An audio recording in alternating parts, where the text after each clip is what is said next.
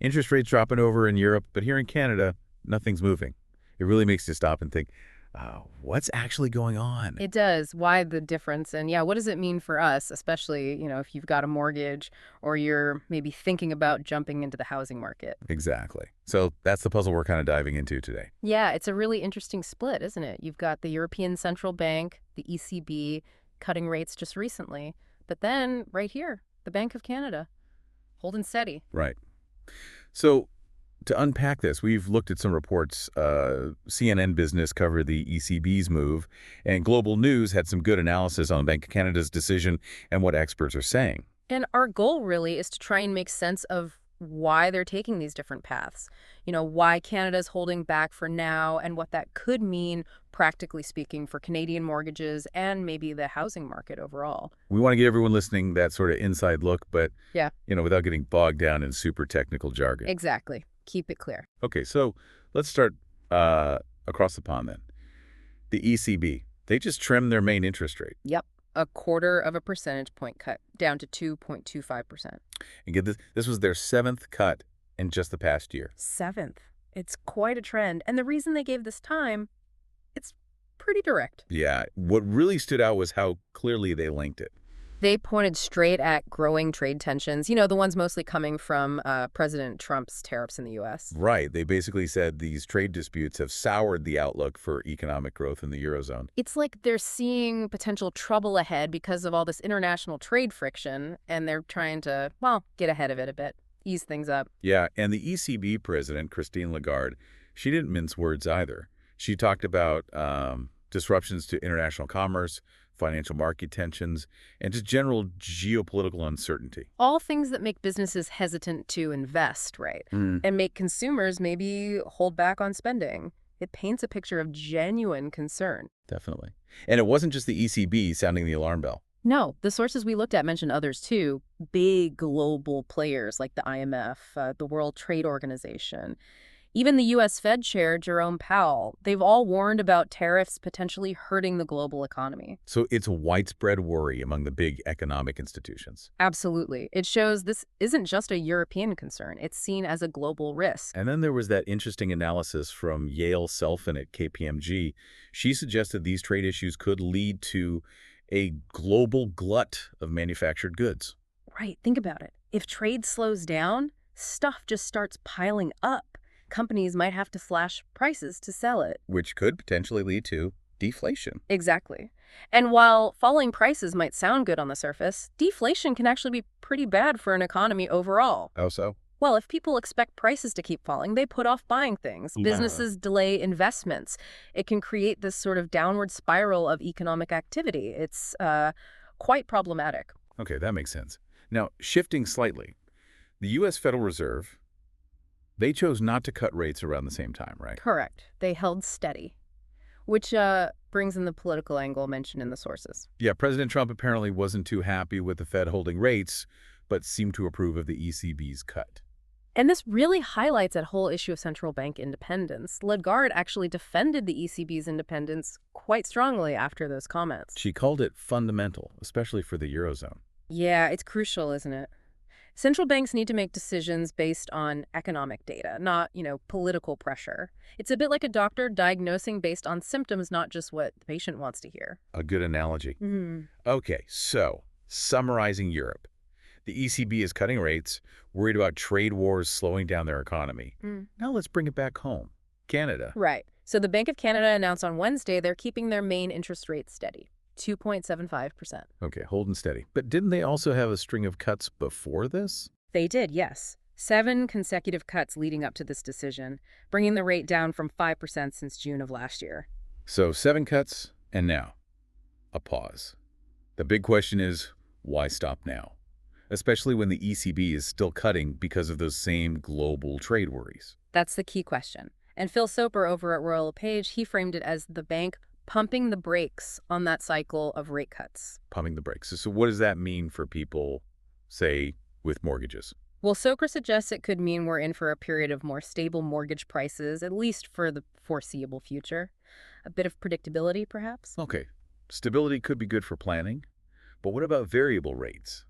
Penelope Graham from ratehub.ca had something to say about that. Yeah, she was pretty direct. Basically, no rate relief immediately on the horizon if you have a variable rate mortgage. No quick drop in payments coming. So don't hold your breath for lower variable payments just yet. Seems like it. And Clay Jarvis from NerdWallet Canada added another interesting point.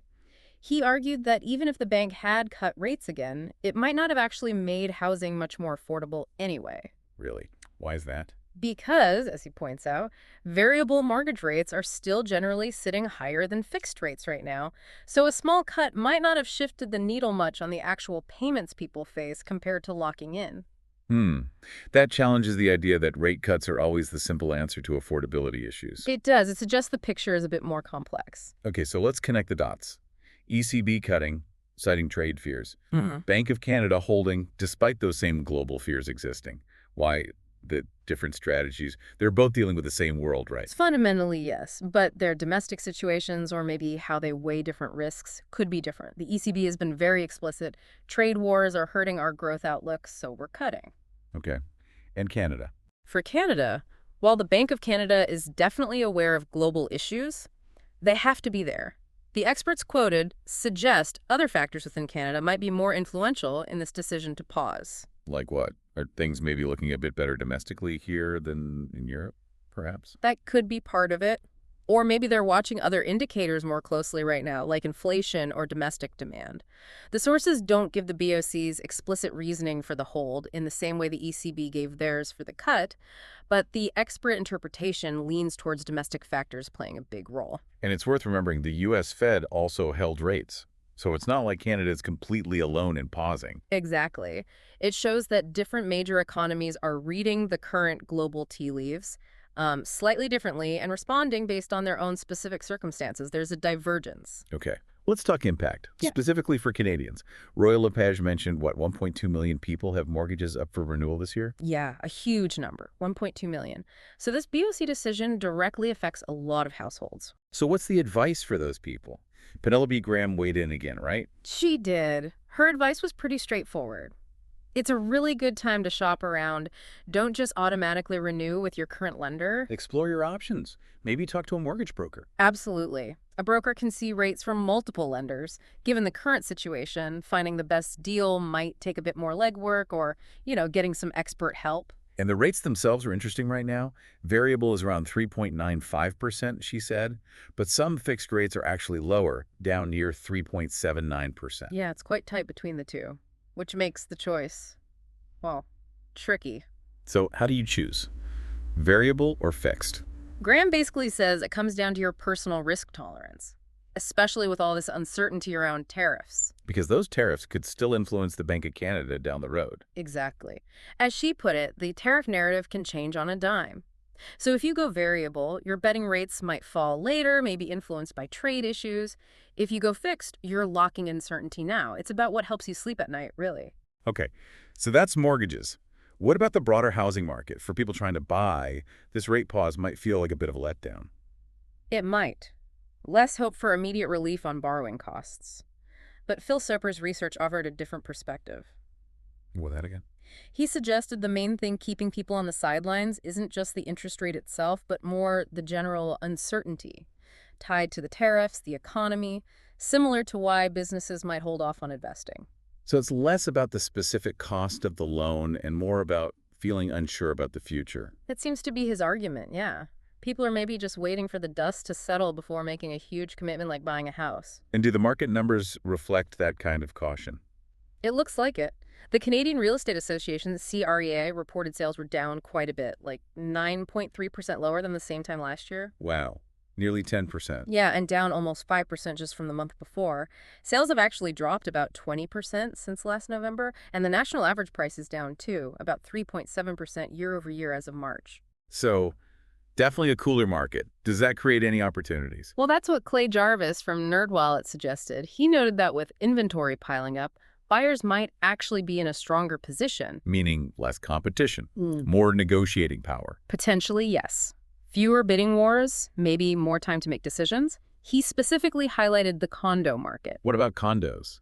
He described it as ice cold, low demand, rising inventory. He thinks there could be some bargains there, especially maybe for first-time buyers. Bargains are always interesting. Any catches? Just his point about potentially higher maintenance fees, especially on some of the larger condo units, something buyers need to factor in. Right. Always important to look at the total cost. Right. Okay, so let's try to wrap this up. Key takeaways. Okay.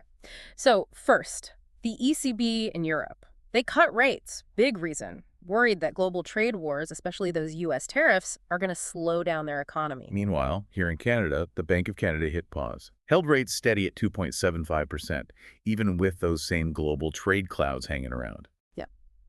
And the experts suggest this pause might be more about Canada's specific domestic situation, though the global uncertainty is definitely part of the backdrop. For Canadians, this means mortgage rates might stay relatively stable for a bit, but variable rates aren't dropping right now. And if you're renewing, it's definitely time to shop around. And the housing market overall, it's feeling that uncertainty. Sales are down, prices are down slightly. But this cooling could mean less competition and maybe some opportunities for buyers, particularly, it seems, in the condo market. So the ECB move shows one way central banks are reacting to trade tensions, trying to stimulate. Canada is taking a more wait-and-see approach for now. Exactly, balancing those global risks against their read of the Canadian economy's own strength and direction. Which leads to a final thought, maybe something for our listeners to chew on. Given how linked everything is globally and how, unpredictable trade stuff can be, how closely should we here in Canada be watching what other central banks do, like the ECB or the U.S. Fed? That's a great question. Could their actions give us clues about where the Bank of Canada might go next? And what that could mean for our housing market down the line? Yeah, are there specific things, maybe certain economic signals, that would be most important for Canadians to keep an eye on right now? Something to think about.